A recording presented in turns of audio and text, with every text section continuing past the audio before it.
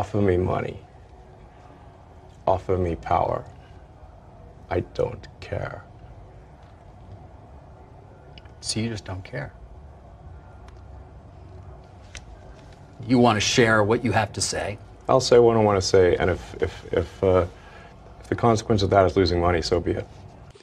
If somebody's going to try to blackmail me with advertising, blackmail me with money, go fuck yourself. But go fuck yourself. Is that clear? I hope it is. I'm saying what I care about is the reality of goodness, not the perception of it. And what I see all over the place is people who care about looking good while doing evil. Fuck them. Okay?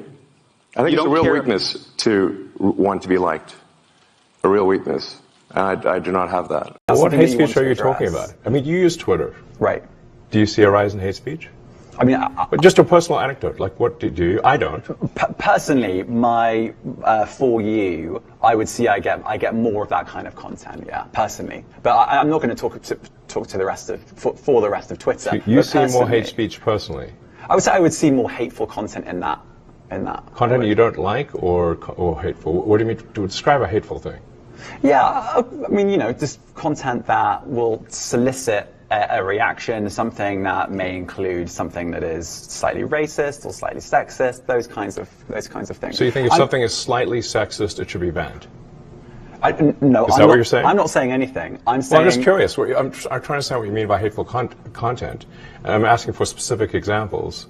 And you just said that if something is slightly sexist, that's hateful content. Does that mean that it should be banned? Well, you've asked me whether my feed, whether it's got less or more. I'd say it's got slightly more. That's why I'm asking for examples.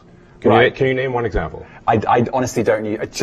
Honestly, I don't. You can't name a single example. I'll tell you why. Because I don't actually use that for you feed anymore. Because I just don't particularly like it. But you and said actually, a lot of people are quite similar. I only look at hang on a second. my You said you've seen more hateful content, but you can't name a single example, not even one. I'm not sure I've used that feed for the last 3 or 4 weeks. And then how did you see that hateful content? Because I've been using Twitter since you've taken it over for the last 6 months. Okay, so then you must have at some point seen for you hateful content. I'm asking for one example. Right. And you can't give a single one. And I'm saying then I say so that you don't know what you're talking about. Really? Yes, because you can't give me a single example of hateful content, not even one tweet, and yet you claimed that the hateful content was high. Well, that's false. No, what I claimed. You just lied. What I claimed was.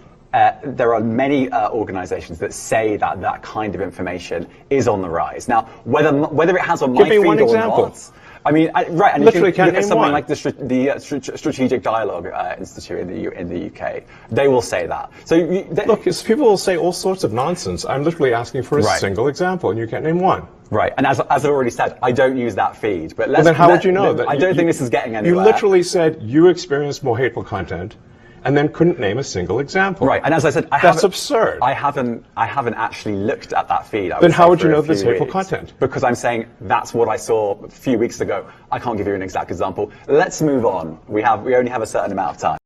Look, I'm a big believer that people are more productive when they're in person, and really, man, the whole sort of work from home thing. It's like. I think it's.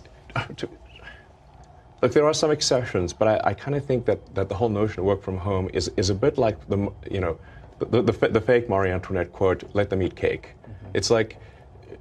It's like really you're going to work from home and you're going to make everyone else who made your car come work in the factory. You're going to make the people who make your food that gets delivered that they can't work from home. The people that come fix your house, they can't work from home, but you can? Does that seem morally right?